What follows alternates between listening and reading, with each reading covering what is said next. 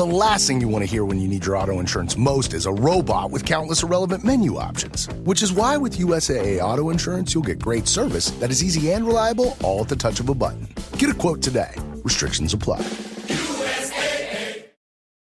This episode is brought to you by Walmart. New beauty is in bloom at Walmart, and it's all about springtime radiance. From Drybar, Tula Skincare, and hundreds more available online, Walmart has the premium brands you want and this season's on-trend products for flawless, glossy hair and hydrated skin. Big name beauty brands? Check. The things you love? Check. Find trending spring beauty and all you need to look and feel gorgeous at Walmart, on app and online. So we were starting it off. It's the end of the year. We were doing a wrap up, but just to start rogue, we were talking sex symbols. What sex symbols are we talking here? Katie, we'll start with you. My top sex symbol? Yeah. Like a human? Yeah, just like someone that's no. I mean it could be non-human, whatever you want. Fictional. Like things that come to mind. Miles Teller. Oh yeah, handsome man, Maverick, mustache. Specifically in that one, he wasn't jacked. As hot in Footloose because he was like uncoordinated with dancing, and I wasn't really about that. Yeah, he's someone I'd like to douse in olive oil and throw down a slip and slide. I've heard that. Yeah, that you would do that to people. Sonam, sex symbol. It's an oldie but a goldie. I'm a Dua Lipa fan. So, Dua! Yeah. Dua Lipa. 2024 Dua Lipa, yeah. Is it her 2018 hip dance that really sent it for you? Maybe that's what seeded it, perhaps. Well, mine's actually quite similar. My sex symbol is Duolingo, specifically the... I know what it is. You just like those little micro adjustments. You haven't. Liam, sex symbol for the year. What's top of the charts? Be nice. Oh, it's gonna be some anime. It's like, it's Android it's the fucking 6. grandma from Dan to Dan. I'll tell you that. No way it is. It's Momo from there. It's the chick with the green. She was on one of our graphics. Is she Dan to Dan as well? The main character is who you have a basic. We might comp this in later, but the most unexpected sex symbol of the year had to be Luigi Mangione. Oh yeah! Oh my God, Luigi. Luigi. Oh my God. To the point where, check this out. I'm on Spotify last night. Wait, what? I'm on Spotify last night, and I'm looking for a Luigi Mangione podcast. I'm like, I want to go deep, and it's got someone's made a playlist. Luigi Mangione vibes, love hearts, knife. If he's a serial killer, then what's the worst that could happen to a girl who's already hurt? Songs are Happiness is a Butterfly, Criminal, Zombie, I Can Fix Him. Now that's a sex symbol. This, I mean, we don't want to dive into it on the pod, but man, what a story. If you're not following the Luigi case, this is amazing stuff I heard Luigio's Mansion, and I was like thinking this was a game for your Nintendo kid. Switch game? No. Don't even know who we're talking about. All right, guys, welcome back to It's Just Coffee. Normally I'd start off by doing a little bit of it's Rohan Cook and it's Kirk Pearson, but unfortunately, this is a bit of a memoriam today. Kirk Died. is no longer with us yet. No, he's got a bad chest infection, and this guy's off. He was messaging us, and then he just disappeared for 3 days. He was like, he cancelled a pod, then he just disappeared. We were genuinely worried. I messaged him like, mate, do you need me to come over? Are you all right? Just silence. He must be out. Yeah, his partner's away as well overseas at the moment, so it can't be good for him. Man flu without the partner. He's done. And he can't do anything. He's not a communicator. The only way to get through a man flu is to complain about it relentlessly to someone about how bad it is. So he must be really crumbling over it. Imagine getting on the end of his man flu, though. The complaints. Wow. Anyhowzer. All right, so today with us, we've got some very special guests. We've brought on a crew here, the team. We've got my best friend, my business partner, Sonam Sherpa. I don't know why I keep getting invited back. We've got our social expert lead, Katie Payne. Yeah. Oh, yeah. You remember Katie from past episodes that we did with Georgia Ellis, latte artist extraordinaire from Perth. And of course, we've got our producer, our hunk. And if we're talking about sex symbols, it's this man right here, Liam Conroy. Oh, yeah. For those not watching, he is flexing. He is looking good. He is glistening. So I think we will start off the pod just to do it. We'll do the regular, I'm Rohan Cook, but then everyone just needs to go around and say their name. So I like that. I'm Rohan Cook. I'm Sonam Sherpa. I'm Katie Payne. I'm Liam Conroy. And It's just coffee. This is our end of year wrap up. This is coming to you on New Year's Eve. And we just thought we'd throw together a few of our favorite lists, a few of our favorite things, whether it's the coffees we've had, the experiences, our client interactions, and we'll just go through them with that. How does that sound for everyone here today? I'm into that. I love it. I love it. I'm into it, but I first need to mention how good's Liam's new laptop. Thanks, thanks Eco Barista. Legit, our first sponsor. Oh, yeah. Do I need to do a sponsor run in here? Absolutely. I reckon I could just do one off my heart. Oh, that's a good one. Let's just throw it to Sonam today. You got 30 seconds. I'm going to start a timer right now. And then in that 30 seconds, I want you to get across everything. And I've had my timer going. It's at 1,407 hours. Show the Reset. Oh, it's gone now. Okay, ready and go. Having Eco Barista as a sponsor was the most logical sponsorship you could think of. See this bag? Where do you think this came from? This came from Eco Barista. You see this love? Where do you think this came from? This came from Eco Barista. The best thing that we ever could have had when we were speaking, Russ and I were chatting early days, and he said to me, guys, if I was to make a podcast, this is the podcast I'd make. Could you get a better sponsor? I don't think so. I think that's as good. That's as clean as it gets. And I'm hoping for some great journeys for the next couple of years. And I'm hoping to really push the boundaries of our packaging. Cut. Time's up. Time's up. That's it. That was pretty good. Make sure to head to ecobarista.com.au, and with your first purchase, you're going to get 15% off. They do all custom bags. They do cups. They do it all recyclable, compostable. Wait, did you say 15% off? I said 15% off at ecobarista.com.au. Great sponsor. We're great to have them and ring in the new year with those guys over there. Sonam, well done. That was good. Straight off the heart. It was heartfelt. When it's fake, yeah. Yeah. When it's real, it's real. And it's good. We don't get very many opportunities to be able to thank people back. You know, we might do at the end of year with a review or a meeting or something like that. More often than not, it's just me groveling for more money. So it's kind of nice not to have that conversation, and it's just a straight up thank you. Yeah, absolutely. Now, speaking of saying thank yous and doing that, before we dive in, I just wanted to say, what a year. Thank you to everyone who's listening. Thank you to the guys here at the table. Sonam, especially thank you to you. Just recapping the year, I was just having a stop and a think about it. And I was like, man, so much has happened in this year. We've done so much. This is kind of our first year in this space here. We brought on a bunch of new clients. You and I got to fly over to Italy together, had one of the best. That's probably the highlight of the year. Unbelievable. Between you and I, yeah.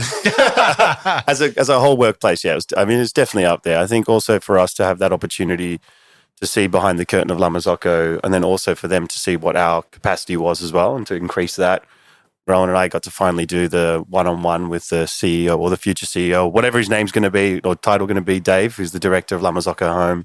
We got to sit at a bar and just chew the fat with him and just take the absolute piss out of each other. And that's probably the best client meeting we've ever had. Absolutely. It was fantastic. And we even had, where did we go? There was that seafood place. So we out in the middle of nowhere. Oh, mamma mia. That was probably the best Italian we had the whole time. That's hype. That's top 5 best meals of the year. Yeah, that was unreal. All right. So we're gonna jump in here. I'm going to start off with my top 3 coffees of the year. This is both from the channel, from the pod, just in general what we had. Number 1, Colombian Anaerobic Obligón. This was brought in by the Australian barista champion, Anthony Douglas. And this was the coffee that he used in his world barista champion, Anthony Douglas. This is the coffee he used in his routine when he competed, and he brought it in. We got to do a video with him and try it out. These are the coffees that you have where you just like, it's not even coffee. We're in another world. I'm talking grape soda, boysenberry, thick texture, winey. Say the name again. It's Anaerobic Obligón is the type of coffee. It sounds like a Greek fraternity name. yeah. Anaerobic Obligón, Data, Veda. It's actually a Pokemon. Oh, yeah. Speaking of which, do you have, were you ever in a fraternity or? I was. Oh my God, do your song. There's got to be a song. No. There's the sorority chant. Oh, sorority. Sorry, fraternities. I was in a business fraternity, which was co-ed. It was called Pi Sigma Epsilon, and we shook hands like this. This is a secret handshake, by the way. I really shouldn't be showing you this, but okay, I need you to put. Can you put your hand? Yeah, actually, no, you're good. Yeah. You have to put pinky there, and then 2 fingers on the wrist. Ah, yeah. That's how you shake. This is the PSC handshake that I was never meant to share, and I'm probably gonna get shunned for this. I know your sorority's song. Womp womp womp womp. All right, coming in with drink number 2. This was an emotional one. This was a beautiful one. We did an Ethiopian coffee ceremony, the traditional coffee ceremony. Coffee, if you don't know, originally comes from Ethiopia. So this is the oldest style of coffee ceremony you can do. That was with Daniel Sayam from Ageo Coffee. Is that how you say it? Yeah, Ageo? that was a beautiful moment, actually. That was a beautiful moment. I got to share it with him. He used all of the traditional equipment from his own family, because each family is going to have their own pots and cups and all that kind of stuff. So that was beautiful for him to share that with us. And then the podcast that we did with him actually got really emotional and really beautiful. He was talking about the horrors that his family's kind of seen over in Ethiopia with the wars that are happening, the loss that he's felt. And it was a really eye-opening experience for all of us here, and really insightful in the coffee industry, something that we should all be aware of and really take note of. That was one of the most special moments of the year, and he's one of the most special people I know. He's got so much love in his heart. Yeah, and it definitely gives you more gratitude towards what coffee is, gives you more of an understanding of the ceremonies, the process, the ritual, and, you know, all the things that we project onto coffee. You know, we kind of treat it like a commodity to a certain degree, but when it's an actual ceremony and there's something behind it, everything elevates a bit more, you know? Yeah, it's all about sharing. And I think that was the first kind of podcast we did, because that was early on when we kind of started this whole journey. But I think that was the first podcast and guest where I was like, oh my gosh, this feels bigger than this. It feels bigger than you know, just the creative endeavor. It felt connected, and like I felt like the message from him and that whole story. I want to really prepare that. That was quite amazing. Yeah. And coming in at number 3, I'm dropping in one here from the channel that we haven't even posted, but it's one of those things that we made, and I'm like, how is this not a bigger thing? Because it's amazing. This one is called the Coccacino. Wait. The third favorite drink for the year is a Coccacino. What's a Coccacino? The Coccacino. Now get your heads out of the gutter. I can see Katie's face over there. Hi, barista. Make me a big old Coccacino, please. An extra large Coccacino. It's a cocktail and a cappuccino brought together. So the thing that we realized in testing is when you're steaming milk, you can add shots of alcohol to the milk, and then you steam it, and it changes the texture in no way. In fact, maybe it's silkier. So you can make these beautiful warming, think like throwing in some whiskeys in there. Think about amaretto, rums, all that kind of stuff. Putting it into your milk. We did one with chocolate milk even, like a Cocoa Pop style one. You steam it, then pour it in your espresso, and it's exactly what it says it is. It's halfway between a cocktail and a cappuccino. And that drink is bloody delicious. I recommend anyone give it a try at home. Over the festive season, you could definitely do some kind of Christmas style ones. Baileys with peppermint. There you go, Baileys. Can I interest you in that? Make it a hot chocolate though, maybe not a coffee. Yeah, well, you could do hot chocolate. There you go. Steam it up together. Do like a mulled coffee kind of hot chocolate situation. Yeah. Kudos on the name, because Captail is shit, but Coccacino's great. Captail. Yeah. I actually don't mind Captail. It's not bad. It's not as good as Coccacino though. I feel like Captails, woo! should use the butter washed, fat washed spirits. Oh, yeah. That'd be wicked.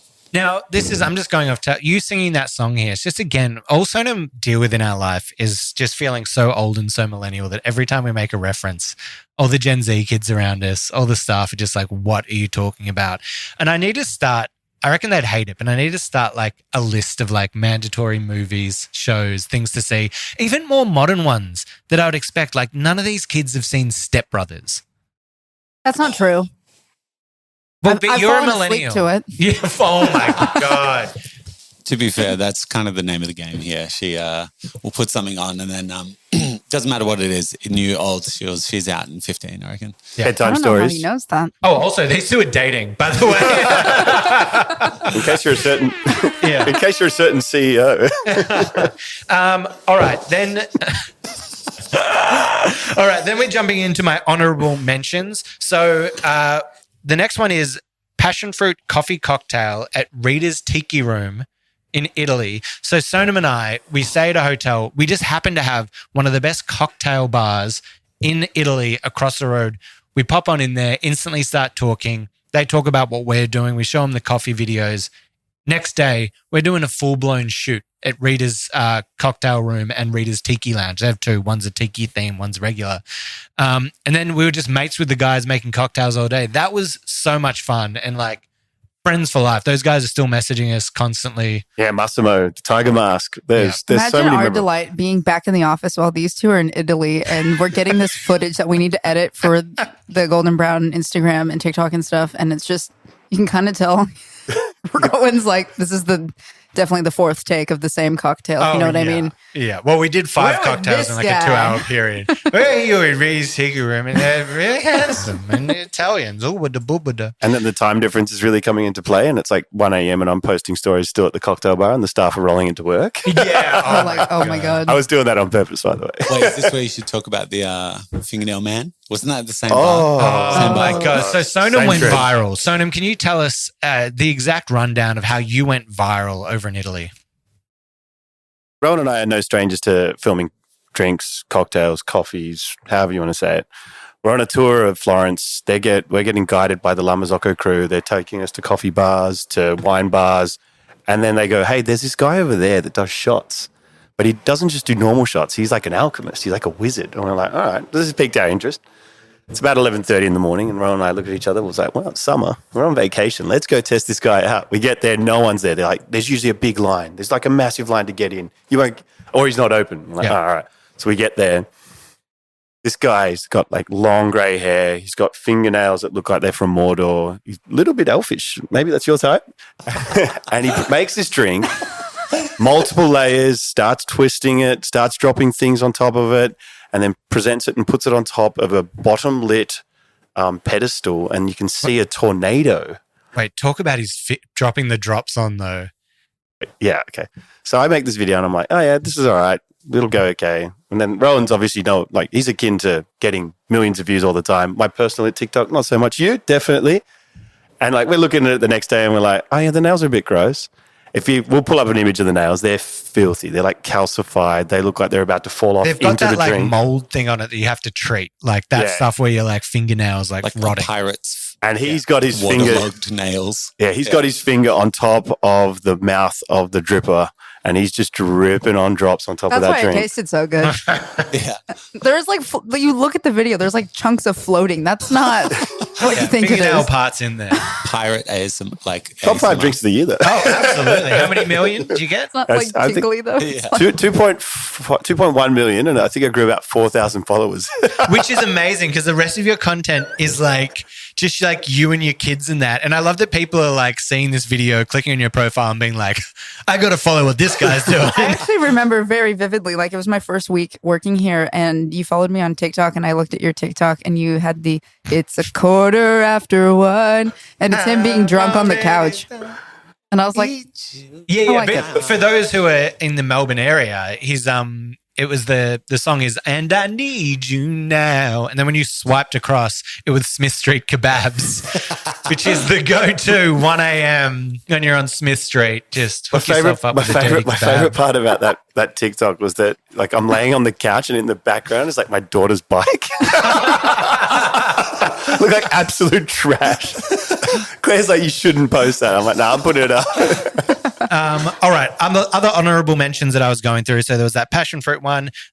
Something that didn't go super viral or go crazy, but as a drink was just delicious, was the Vietnamese coconut coffee, which is the blended ice coconut cream. You make like this coconut sorbet and then pull a double shot over it. It's like a refreshing affogato. Unbelievable. That's something people need to be doing more of. I reckon it could be an amazing signature drink in the summer for any cafes out there. If you're a cafe, feel free to use it. I'm not a taker, I'm a sharer.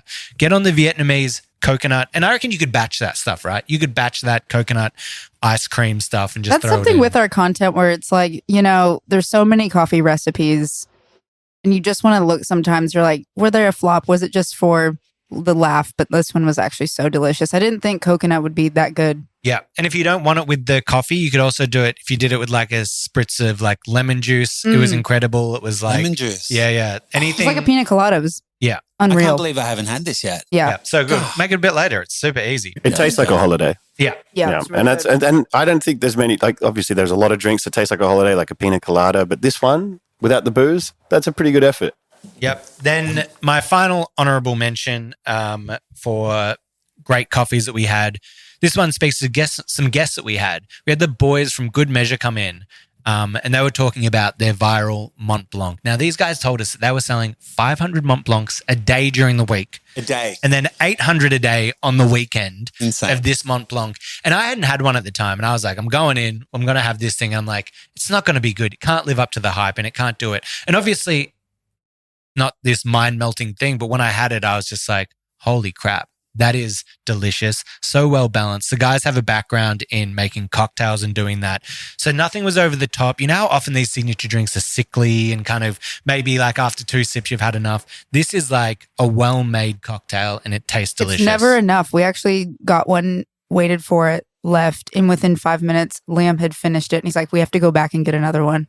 I didn't enjoy that enough. Yeah. Or like you didn't savor it enough, I should say. So yeah. I want to add to that, actually. We all went down there and we had a little, dabble at the beautiful establishment itself. And I think the cherry on top was we got the beautiful cocktail style drink, the Mont Blanc with the shaved nutmeg and the citrus on top. But then as we're leaving, we're jumping back to the car.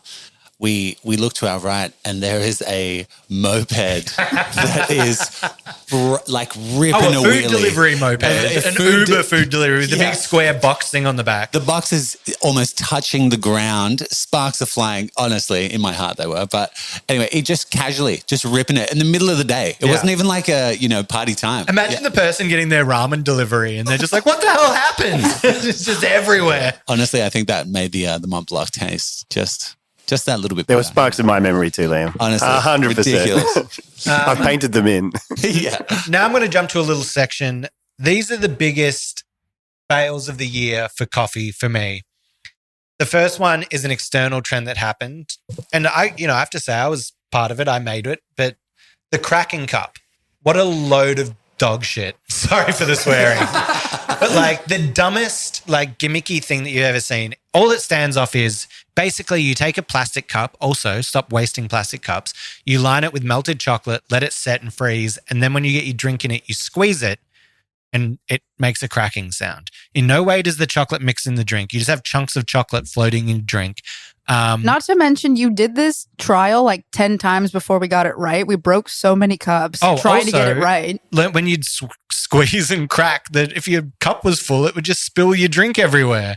It made no sense. Stupid trend. And I think that was one of the biggest fails of the year. Because you want to see, like I'm talking about with the Mont Blanc, you want to see quality and a good drink when you're doing these signature things, not gimmicks. Only winners. Number 2, success yet fail, is the Vegemite latte. Oh. I never tried it. You don't need to try it. See, I thought it was quite clearly, obviously I did the video. I made a video saying that in Australia, we drink Vegemite lattes. It's a classic. Some people got in on the joke, but some people just didn't get the joke and were like, this is not a thing. I've never seen this before. And I'm like, quite clearly to any Australian, this is the joke, right? But maybe my acting was just so good in me showing the demonstration of how to make it. Yeah. For those that haven't seen it, it's no. I was gonna say no. Your acting was fine. It was a tangent. I was gonna say No. Australians are always like we always take the piss. We're so sarcastic, and then they just completely miss the mark on that one. They completely miss it because I said as well at the start, I'm like, Americans don't know we drink Vegemite lattes. Yeah. It's served in pretty much every cafe. Don't let this guy fool you. He's full of shit. And it's like, and it was just like mix Vegemite in with your espresso, pour it like a flat white. And then, of course, it's a breakfast meal. So it comes with toast soldiers on the side as well. And you dunk it in your coffee. Went crazy. Multi-million views. Not only that, PR. It was everywhere. Kyle and Jackie O drank it on their show. We had Talkback Radio call in Anthony Douglas, the World Barista Champion, to give his thoughts on it. It was featured across multiple websites. Crazy. Speaking of things featured across multiple websites, the last fail, the spring onion coffee, the scallion coffee. Clearly, I set that one up as like, this is like a stupid thing that's come out of China that we're doing as a joke. I'm still getting messages today. NBC in America are wanting to run it on their New Year wrap. At the end of the news. It was on the news. It was featured everywhere. It's in the New York Post. And that one spawned hundreds of remakes of making real that. bad. and how's that? It's literally the same concept of the Vegemite latte.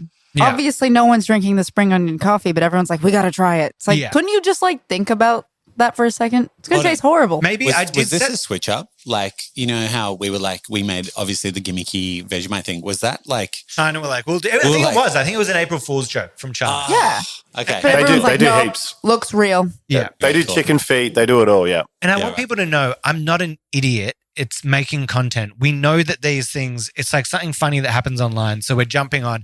And our whole thing was, I think this is, a joke coming out of China, but I got to make it and try it. Like, that's all it is. Everyone's like, does he actually think this is going to taste good? Oh. This is just me venting about all the dumb comments I have to deal with every day. I remember when we did it because we did another version out back and I tried it, had a really good big old swig. And it was essentially like if you blended a spring onion Pringles can into a drink and poured it You over mean the ice. sour cream and onion? Sour cream and onion, sorry. Yeah, of course. Spring onion. Good flavour. Great Best flavor. Not great when it's creamy and over Doesn't need ice. coffee. You took one sip and then you reeked of onion for like 4 hours after that. One Sorry, sip. not sorry. It was hot. All right. So as we move into the new year, New Year's Eve right here, I'm going to give you my top predictions. This is what's going to happen in coffee in 2025. All right. Love it. Instant coffee, the boom. Instant coffee is still one of the most drunk coffee beverages in the world. We're going to see increase in quality in it. We're going to see specialty instant coffees, different types and different varietals, especially with the price increase of coffee around. People are going to be leaning more on instant coffee as we move forward. At-home coffee, the boom is continuing now, but will continue to grow. Machines are getting cheaper. They're getting better. There's more assistance, so you can get that classic 1-to-2 kind of ratio espresso out of them. We'll see that boom again, coffee prices and that. It's easier to make it at home.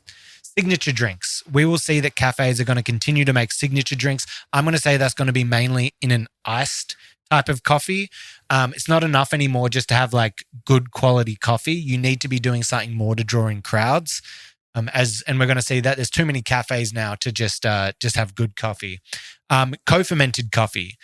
Kirk would love this. I'm glad he's not here. We'll see that rise because it kind of leans more into the world of specialty coffee. And I think Australians have a bit of an aversion to syrups in their coffee. I think they feel like it's an American thing and that they don't want to do it as much.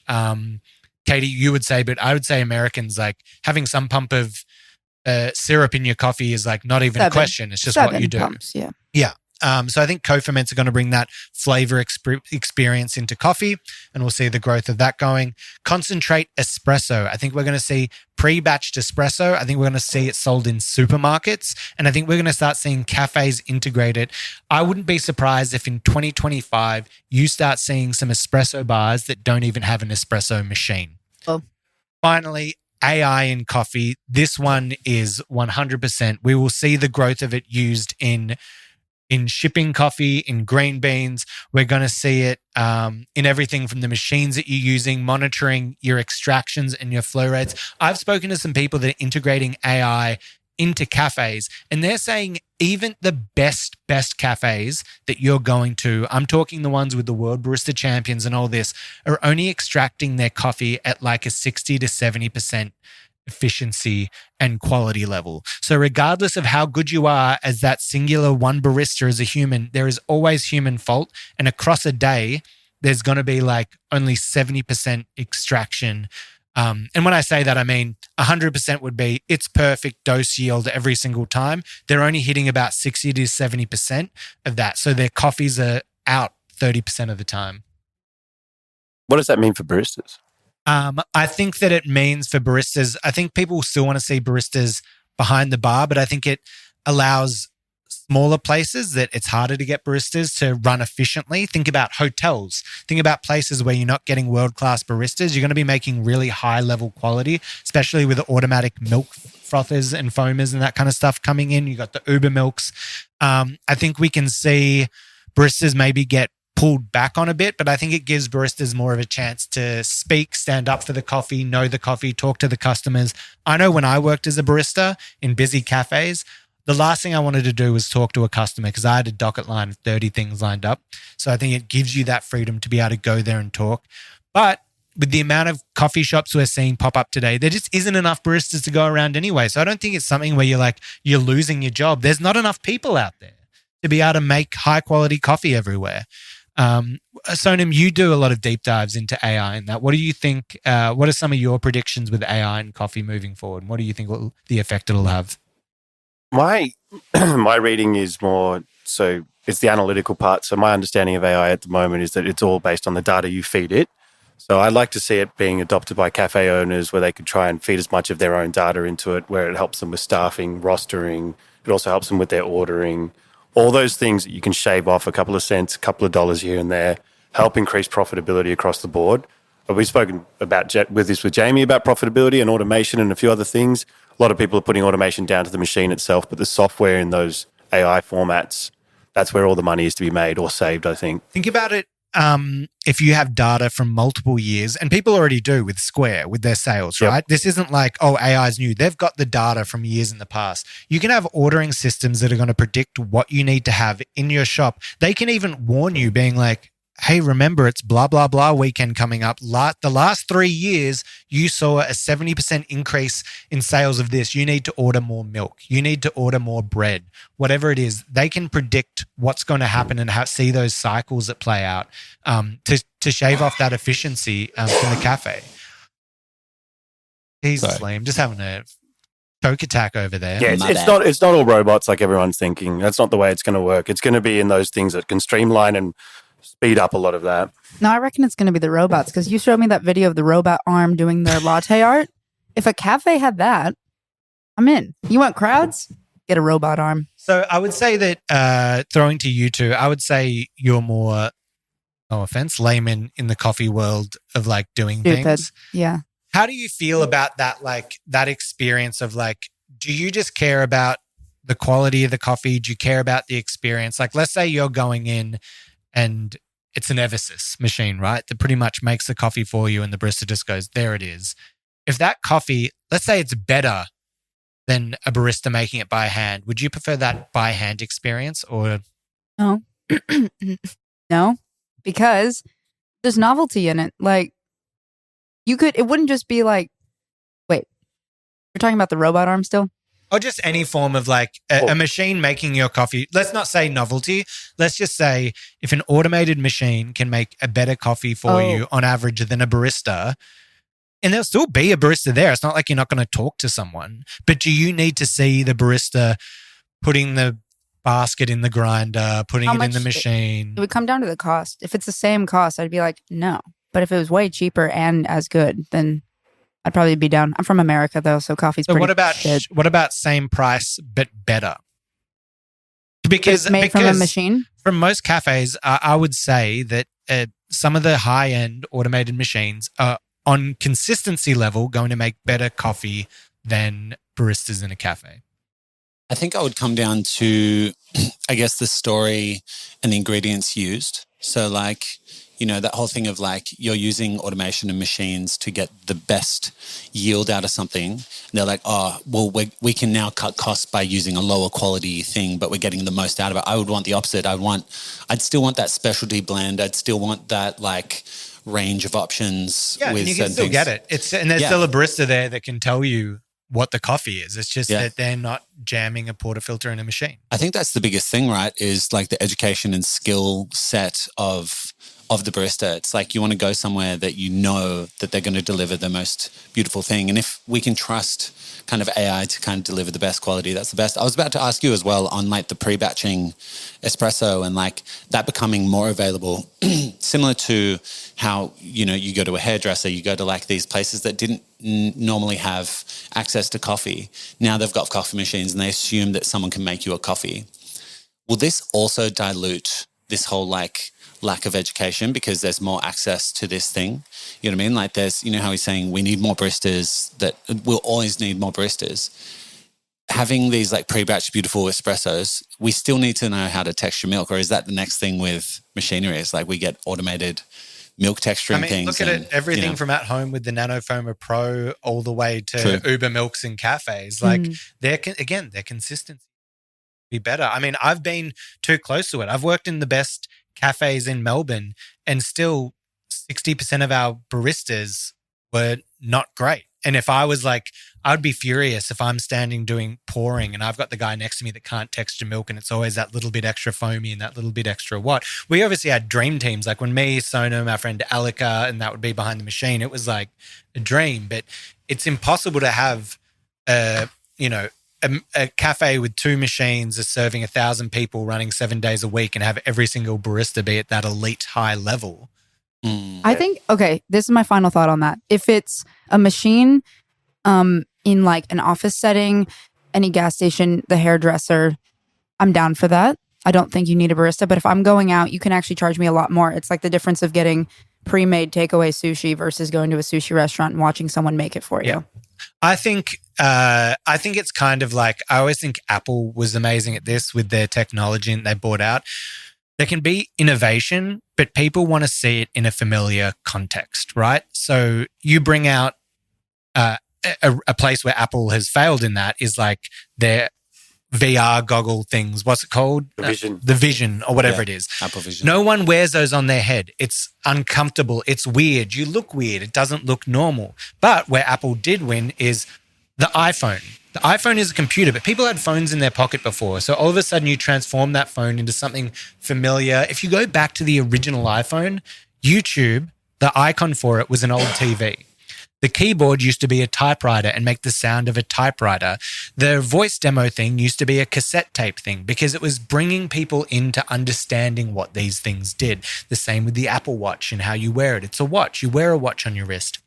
I think we're going to see AI integrated, and I think especially in Australia, in a way where it looks and feels familiar. So basically the barista is picking up a portafilter. They put it in the grinder. The grinder then weighs it out for them, tells them the exact weight. They don't do anything. Then they put it in a puck press and it presses it down. Then they put it in a machine that is weighing your coffee, watching the flow rate, checking the yield, and then the machine goes, oh, this ran too fast. It sends a signal to the grinder that then automatically dials it and changes it. And then the barista goes over, gets the automatic steam, and then they pour it. So there's those human elements of basically just hands moving the stuff. And that feels familiar to a customer and it feels like craft. But in reality, every step of that process is automated. Here. It's just a matter of time, right? It's just integration now. Like I feel like AI and like all these like kind of models are like already at this incredible level. It's just, we're just waiting for that kind of. It'll also come down to relative affordability, I think. Like if you can afford to install one of these things. I was up recently in Queensland filming the Eversys with the robot arms that make the coffee from start to finish. I think they were saying it was probably about $100,000 for that whole setup. You could, if you manage to get that whole setup into a venue for $20,000, mate, it'll be everywhere. Yeah. Everyone's going to do it. I'm putting 5 of them in. I'm putting 1 for every milk, 1 for every blend. I'm going all in. Yeah. I mean, a serious coffee machine, like a big La Marzocco, a big like whatever, they're already a massive hit. Like, you know. And they're just a machine. You know what I mean? Exactly. Yeah. Liam, who are we jumping to next? Is it you? Can be me. Have you got some thoughts for us here today? Yeah, of course. I mean, for me behind the desk, I've got like a couple, I'm just going to chat about some favorite guests, some favorite moments. Podcast moments. We've got some podcast moments. This is the behind the scenes kind of listicles. So I reckon favorite guests. Jade Jennings was on the top. She had my heart because she brought out this beautiful spread. And like none of our guests, they always bring in like a coffee or something. We're here to talk about coffee, but Jade brings in. Step it up. She brought in, is this a call? She brought in sourdough. Sourdough, like homemade bread. Sauerkraut. She had sauerkraut. Yeah. The jam. She had like a whole spread. And I thought that was the sweetest. She had a good old chat. Why are you looking at me like that? I don't think it's appropriate. Cut that out. Jealousy. Jealousy is striking. No, I'm going to keep that. She's just kicking in that you're never making Liam sourdough bread, are you? I was going to say everyone had a crush on Jade Jennings, but you can't use that, so take that out. I mean, you can. Absolutely. No, keep it in. It's in. I'm, as the podcast host, I say it's in. As it's becoming quite apparent, Katie is an alpha male in a female's body. And then I reckon early on we're in the middle of this is just a moment that I wrote down, but we're in the middle of it was Brew Boys episode, and we're standing there. We're in the middle, we're in the thick of it, and I remember, I'm not sure if you noticed, but there just happened to be a body that walked past, and we kind of paused in the middle of a chat. And it's like, excuse me, that was Joe Jonas walking past. Still one of my biggest regrets because I should have just gotten up, and I don't think, because I'm the type of guy that just when life presents, you just go for it. And I was like, run and get him. Like someone get him. And everyone's like, ha, ha, ha, ha. And I'm like, I'm dead serious. This dude loves coffee. Like this dude is a coffee nut. Oh, really? Yeah. Like a huge coffee drinker guy. And he's just out there. He was like trying to look in the window, like what the hell is going on in there? He absolutely would have walked in at least for 2 seconds and just be like, hey And then guys. we could have seen all their Disney knees. What? Disney's? You guys don't know Disney knees? No. What's Disney knees? Okay. Katie is standing up. Thinking about you, thinking about me. Yes. I've Jonas, seen I wanna see your there's Disney compilations of this where like that's the Disney move. So like any kind of child rock kind of kid in any of the movies, that's their move when they're on stage. Oh, like the Elvis knees. Yes, the Elvis knees. Yeah. Disney knees. Look it up. These knees. I think there's footage of the Goz doing it, isn't there? Yes. Yeah. Yes. Absolutely. Gosling. Yeah. I also have a confession. Oh. So I got another confession to make. So Spotify Wrapped came out. Oh my God. What anime bull crap are we going to get here? No. Oh, we weren't your number one pod. No, he actually was. Of course it was. Oh, thank God. Speak. Yeah, no, please keep guessing. Alpha is alphaing hard right now. Alphabet. I'm really looking forward to the coffee break when Katie's gone and it's just me and Liam. Me too.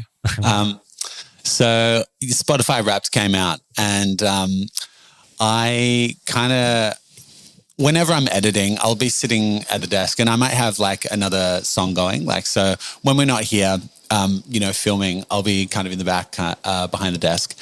And I went through a period where there was a Joe Jonas song called The Waffle House. And I put that on and I think I must have had it going for, I'm going to blame this on leaving it going for maybe a day. But my Spotify Wrapped came out and my top artist and my top song was the Jonas Brothers, The Waffle House. And it was like, you are a 0.0005% listener. And I looked at that and went, wow. Anyway, so, a true fan apparently. No, there's no shot that's blamed on just one day. That's you just hammering that song. It's true. I Well, did. said you listened to it It's a banger. 53 times. And I'm like, pretty sure that happened in about a day or two. You had that shit on repeat. I did. I really did. Okay. And then I think another little moment to chat about was Zach Stubb, Let It Cook. I mean, I know you missed this episode, but we had, an amazing Olympic swimmer come through and talk about his kind of new specialty coffee company. And, there's me and Kirk holding an actual Olympic gold medal and trying out his amazing coffee. You were talking about the co-ferments. I can't believe it's Christmas next week. Oh, no, sorry. This is... No, this it's is New coming Year's out. Eve. What are you It's talking New Year's about? Eve. It's New Year's. But, I kind of left that pod being like, what a legend and what a prop to hold. And also what awesome coffee. The co-ferments that we tried were like so funky and fun. And I kind of want to gift all of them to my family and friends. And then, okay, my last few things were my favorite music segment that I got to cook up. I really enjoyed the writing the news segment. I'm just going to play it right now. I'm just going to do it. Because what you can hear in the background, obviously, there's a piano. And we're back today with... Yeah.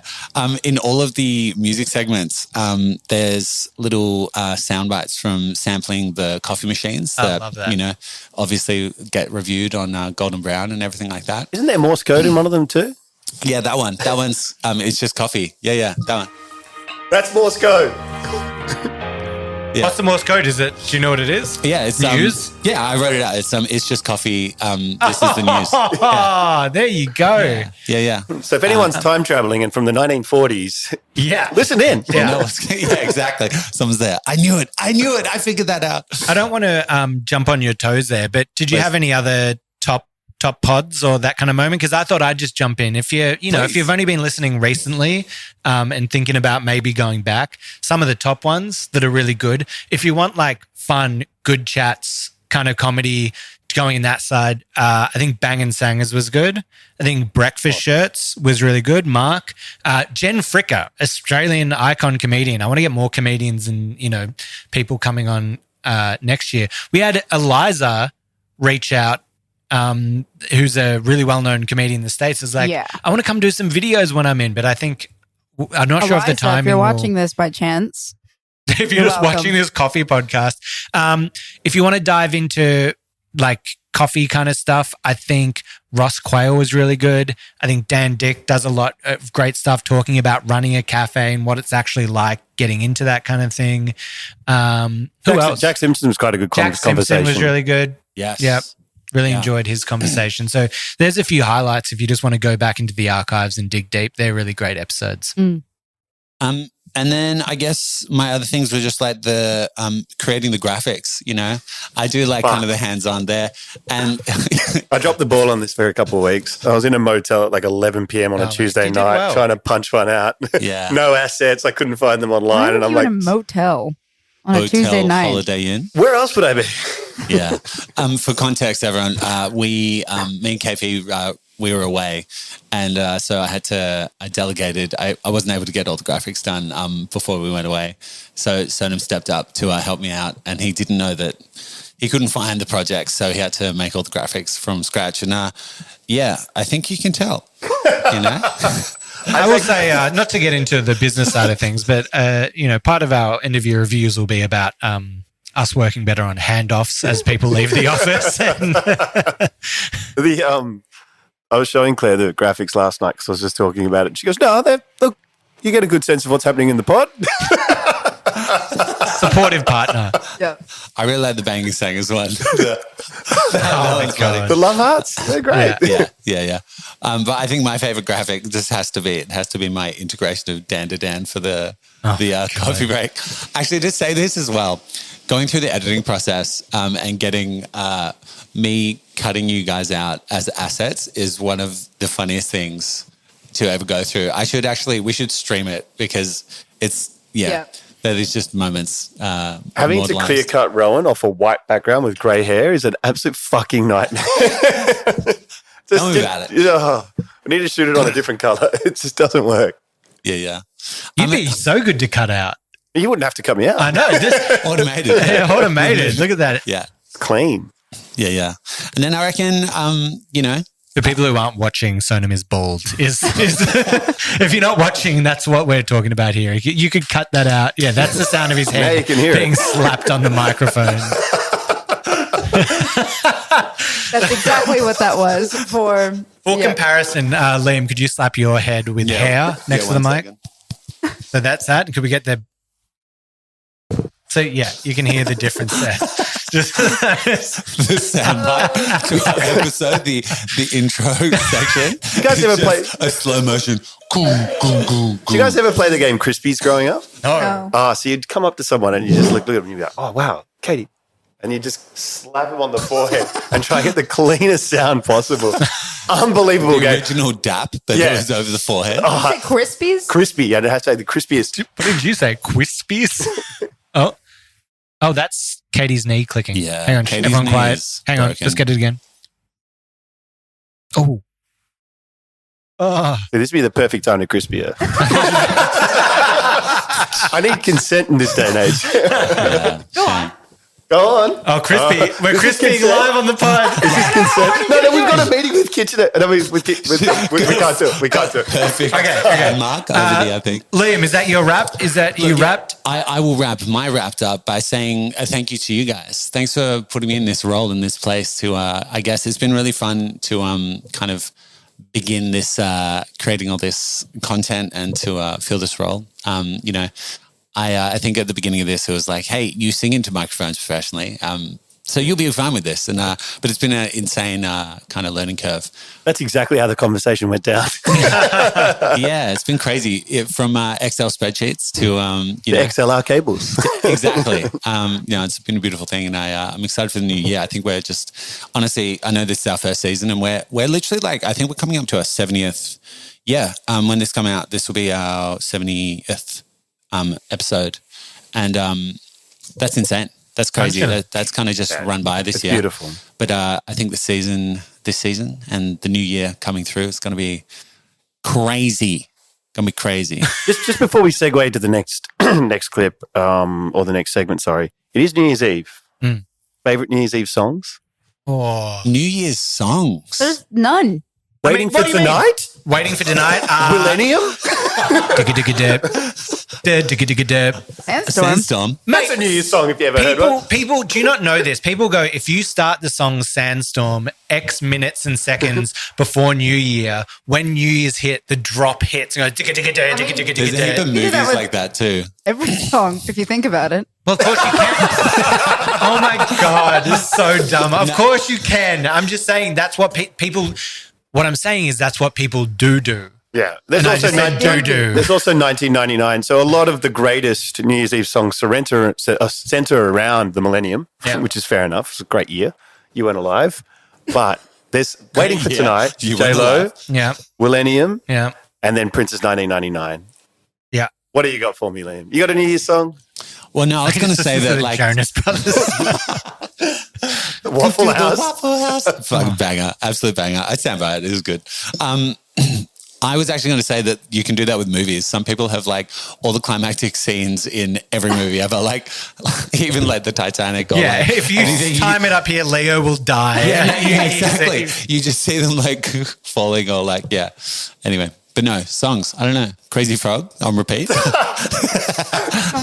This is lifting the curtain a bit the other day, but I was asking some of the younger kids here at work. I was like, "You guys have kick-ons, yeah?" And they're like, "Yeah." Like, what songs do you hit? And Harry goes, "Oh, we throw out the Crazy Frog." 5 a.m. Crazy Frog.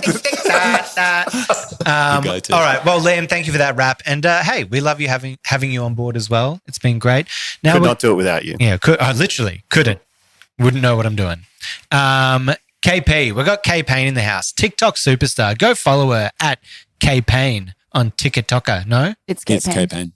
it's K Payne. No, well, Can you present this in your TikTok voice? What do you mean? I'll do it. Hi, guys. hey guys, it's me. I'm America. The difference between Australians and Americans. Spiders. Say chicken nugget. And in that moment, I deleted my TikTok account. How many followers you got now? You up at 190? You know what's hilarious? The Oh, you last time lost I was, followers. yeah, it's went down since the last time I was on the pod. So don't follow me. Yeah, do. Don't co-post any of these. What do you want from me? What am I doing? I don't know. Tell us about your year. Any raps? I mean, so yes. K-Pain works with us as kind of like social lead, works with accounts and that kind of stuff. I thought maybe just some of your fun moments from the year. I mean, there's lots of inside jokes that wouldn't really translate well. So they asked me to prepare my favorite client moments, but instead I thought I would do where I failed the most in life. What an interesting pivot. Yeah, I'm here for My it. favorite clients too. This is where I failed everyone. Actually, no, they're not all, but they're all a bit tragic and just a bit funny. So here we go. I have number 3 spot. So we have a new videographer, and we didn't really know how to pronounce his Greek last name. So obviously, when you don't know how to pronounce someone's last name, you just say it's Kokidopoulos. So we were referring Actually, to the Kirikides, but but that's too hard. So it's Kokidopoulos. Coccacino. Similar. No. Yeah. So we're getting Kokidopoulos. ready for a client presentation, a pretty big one, I'd say. And I'm going to blame Rowan for this, actually. He typed in the team names and wrote Harry Kokidopoulos. And anyway, we're on this presentation. Realized we never really subbed out the real name. And who was in charge of that document? I was new. Ish. So we're scrolling through, and it was like a movie though. So Rowan's going through and then sees the team name page and just swipes past it like nothing went wrong. Just goes, and then you'll see, oh, next page. And the client was like, what was that last name? And we're like, what? Sorry, you're breaking up. So that was that. Swings by. Papadopoulos. But out of all the names from to say, I swiped past so quickly, and they're like, "What was that Greek name?" And I'm like, Exactly. Nothing. They're like, "It looks really interesting. Can we swipe back?" No. Maybe there's a family connection. Oh yeah, maybe that's their last Maybe there's name. real Papadopoulos. There 100% is. Hello? Schlongalongadus. Someone's sweeping the stairs upstairs. All right, in number 2 spot.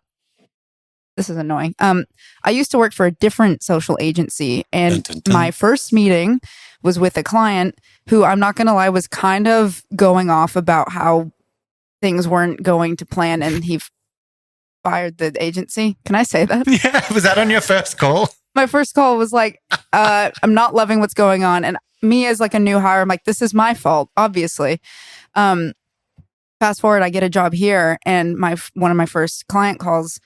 Rowan says, we're going to meet this new client, and it's the same client from the last agency. So this guy's just fired you and hired you in 2 calls. Yeah. And I was like, oh, camera off. He's very blunt too. So what did he say anything funny? He just goes like, "Oh, you look familiar." We're like, Katie goes, "Nope." never met you before. I am new. You've never seen me before. Okay. And we've had a long-lasting, great relationship. So, Yeah. all's well that ends well. Yeah. And then in number 1 spot, this left me in tears for like pretty much 5 hours. I'd say I was a wreck after this. So this is what it's like being a Gen Z in the real world, if you're ever curious. So a client email thread happening, doing some negotiations, right? And privately, one of the members of the thread emailed me and said, "Damn, she's expensive. Blah, blah, blah." Yeah, so there was an influencer, right, who sent their rates through to you. Yeah. And the client wrote you and was like, "Holy shit, they're really expensive." Yeah. I was trying to go more vague with it, but yeah, go on. Verbatim. And instead of replying separately, I just hit him with the reply all. So the influencer saw that had been said. And just getting a panicked call from a client saying, "Oh, hey, take that email back." And I said, "I can't do that." So anyway, that's what happened, guys. I sent an email that should never been sent. I forwarded an email that should have never been forwarded, to which I cried for 5 hours. And you know how this connects back to the pod? We just received the Polaroid, the camera, and someone took a photo of Katie just after she got off that call. And it's just absolutely down and out. Yeah, Rohan It's took a still pinned photo on of the me wall. and then captioned it, "Katie fucked up" or something. And it's pinned on my desk pin board. Yeah, well, you have to remember those moments. How do you learn? You take it on. I thought, I did some, motivational coaching. I told you, could have been worse. We'll learn from it. We're taking these. Take the photo. Yeah, this is pretty bad. And then I made her shake it. I was like, "Here, you shake the Polaroid." And keep reciting shame. Yeah. Shame. Hey, but could have been worse. I don't even know if the influencer ever saw it because it would have been like buried in the email. It would have been it was like, a long thread. You really hope they didn't see it. and who cares? The influencer got paid and did their job and anything. So it was all fine. At the end of the day, it was also like the conversation was super positive. Yeah, the email Like, could have damn, been we really worse. want Like, them. so what? You say they're expensive, they're good. It could have been like, this person's content's not even good. Screw them. Let's not work with them. It could have been a lot worse. It So- could have been me that actually said that because Yeah. I've been known to do that. There was also some amazing Katie Payne moments this year, like meeting her mum.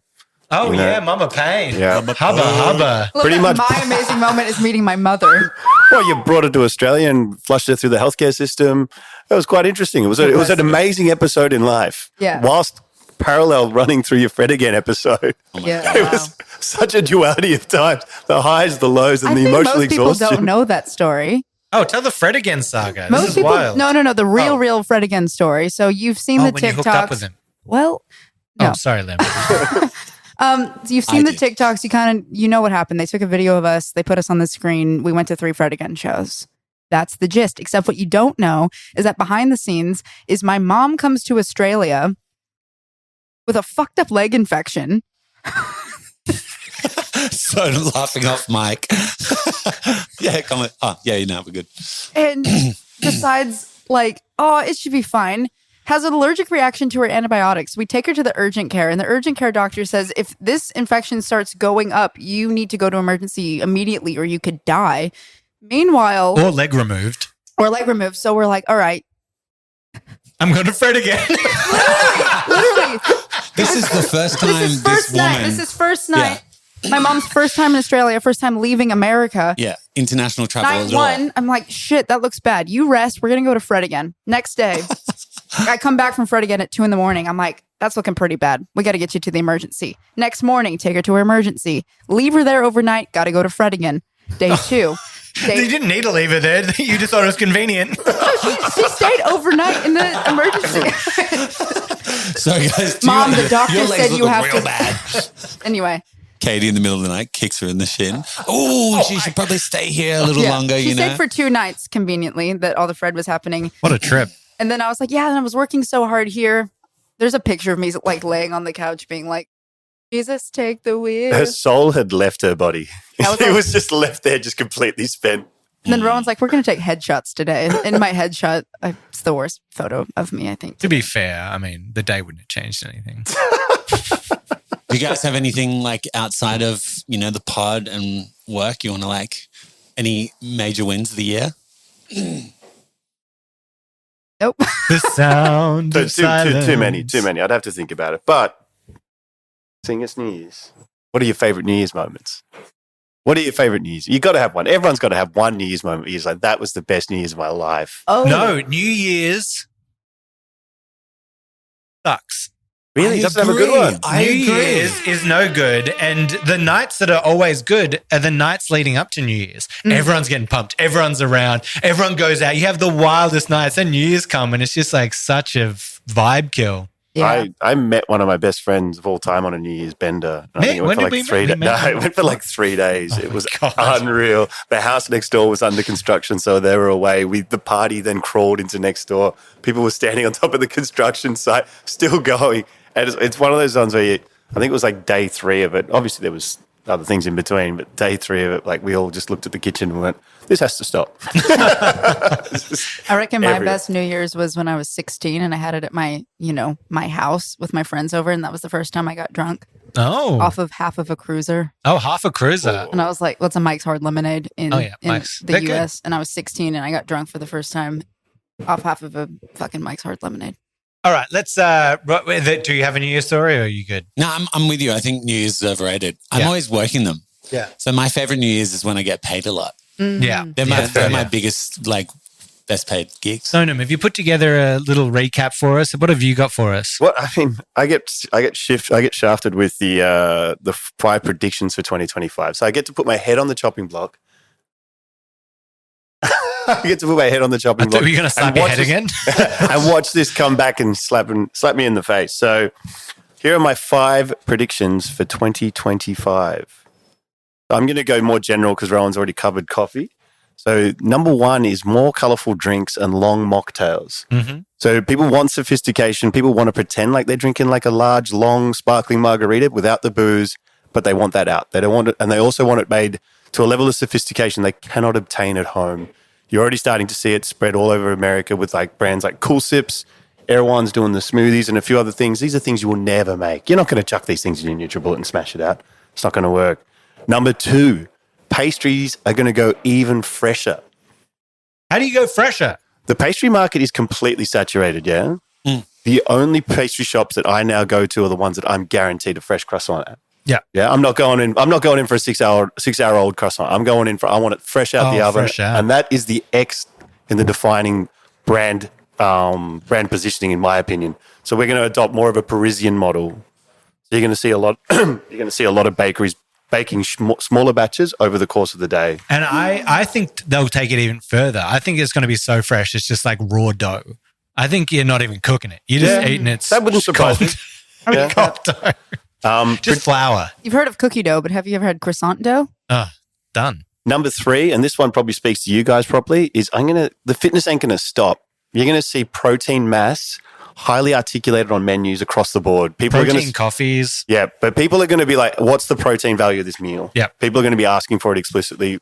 We went to a cocktail bar recently that was really well done. The menu was beautifully graphically designed, had the ABV broken down, had the ingredients, had everything listed. It was nice. As a conscious consumer, you're like, I know exactly what I'm doing here. So as a conscious consumer in your body, like Liam is, They actually did that in the US for a while. I don't know if they've stopped. It was when Obama was in office, and I feel like it was part of Michelle's thing, but it would have the macros of every, like at Applebee's and shit I like that. feel like it had to be, there was some rule with it, right? Like it had to be a chain or franchise or something like that. But those things were bloody good because sometimes like you're out at a menu and you wouldn't even know. You look at something and you're like, oh, maybe I'll get that thing. That doesn't sound bad. And it's like 3,500 calories. Yeah. And then you'd look at something else like the chicken wings and it'd be like 800. You're like, oh, I'll just get the chicken wings. Great. Always with the chicken wings. Love the chicken wings. Number 4, canned drinks. So canning machines are getting really cheap. They're like $800. Yeah, you can have one on your bench top. It's about the same size as that coffee machine in the background there. So what I'm thinking is a lot of people are going to be pre-batching a lot of their canned drinks, a lot of that espresso concentrate that Rohan's talking about, having them ready to go. So there's more of a grab-and-go offer. And you can just imagine cocktails as well, yeah? Everything getting done in cans. $800. That's a no-brainer for me. Number 5, unexpected collaborations were big this year. So like the Heinz and the vodka, the Absolute vodka, they did the sauce. You're now going to have like more unconventional pop-ups, yeah? So think about like Golden Brown collaborating with a bicycle company at a spin class, using the energy from the spin class to pump the espresso machine. And it's going to, and there'll be lures, there'll be triggers, there'll be other things, and there'll be other brands doing more crazy stuff. La Marzocco is looking at doing pit stop coffees at the F1. Amazing, great idea. So more of those. Number 6, which is the wildcard prediction, and this is really fucked up, but the world may run out of coffee next year. So Vietnam and Brazil are both 25% down the last 2 years in a row, and there's a severe drought that looks like it's going to be extended for 2025 and possibly 2026. With the rise of coffee consumption going up and the rate of coffee production coming down, it's pretty obvious maths. I need you to repeat that hook one more time. The whole way through? Well, just the wild card trend. Okay, so the wild card trend is that coffee is going to run out in 2025. Brazil and Vietnam produce 60% of the world's coffee, and they're both down 25% year on year, with the drought expected to continue next year. We're in trouble, and it's getting grim. People need to be more precious with their coffee. And then reflecting on the trends this year that I didn't quite get, pistachio? Pistachio was everywhere. I've never said that in my life. Pistachio cream. Yeah, it was everywhere this year. Pistachio. Do you guys like it? It's not even that good. I bought a $20 jar that was this big, and we used it for a drink. And I went and I was like, "That's it." I mean, pistachio butter. Yeah, pistachio everywhere. Over. I mean, it's just those going off those Italian trends and that. I think pistachio gelato has been like the thing. Like if you're not getting like the base, like that's what you get when you're over in Italy. I kind of vibe. I'm a fan of Nutella, hazelnut and everything. Amazing. I think pistachio is the elite. It's similar to like lime to lemon, pistachio to hazelnut, Yeah, and then the prediction for the pod next year, 10,000 weekly listeners. Yeah. Let's go. If we don't say it, it won't happen, all right? Oh, I have a prediction. James Hoffman on the pod. Oh, that's a good prediction. We need different coffee people from around the world on this pod. Yeah, we need to. That'll be a good dive for us, getting more of the remote pods where we can do it over Zoom and that. I wonder if we just do one, whether it's whether it's like us here today or whoever, and we just do it from a work from home day and just to test it out and get it running, just so we can feel confident when we get someone else on the pod. Maybe we could do it Tuesday night at a motel. Oh. 11 p.m. 11 p.m. We can slap each other in the head. So what a pod. We've heard what different heads sound like when slapped on microphones. We've heard predictions for the year. We've talked about our favorite moments. I want to take a quick moment to thank all of you here today and all of you who are listening. Next year is going to be a great year. I can't wait to get a live pod going. Can't wait to meet some people. After we did, this was one of my honorable mentions that I bring up, the Cafe Smart event we did. Raised over like $5,000-$6,000 for homelessness, working with La Marzocco, Cafe Smart. We had Keep Cup jumping in there. We had Riverina. It was good getting everyone in there. And that thing was pumping. It was so nice to see how many people listen in, how many people are fans of the content that's being made to come down. Vibe was electric. I was going to say it's my debut DJ set. Yeah, K-Payne got on the decks. It was huge. We'll get her on the decks again when we do the next live pod. Wait for the next one. Which I think we have a date for. Oh. Yeah, we're going to do the Sunday after Myers. Oh, the Sunday after Myers. Yeah, so anybody and everybody can come. Whether or not it's ticketed, we'll find out. Okay. And if it's ticketed, it'll come with amazing bonuses. Yeah. Absolutely.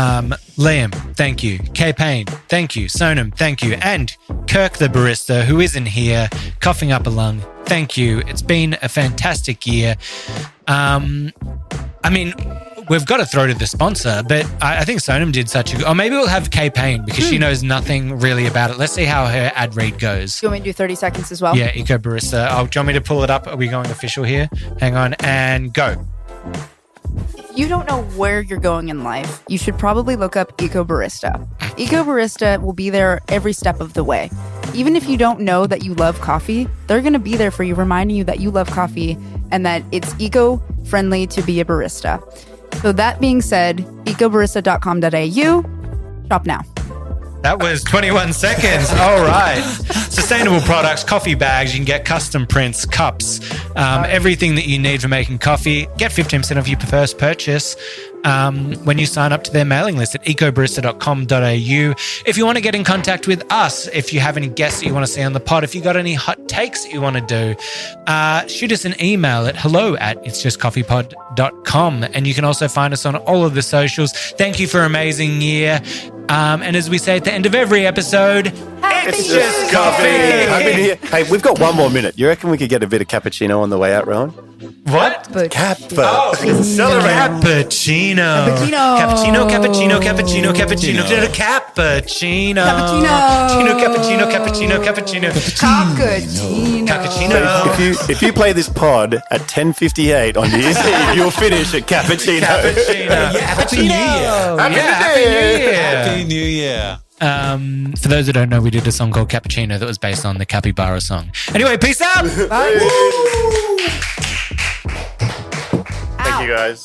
I was holding in a shit that whole time. Really? Please tell me you recorded that. Yes. Perfect. I was holding in.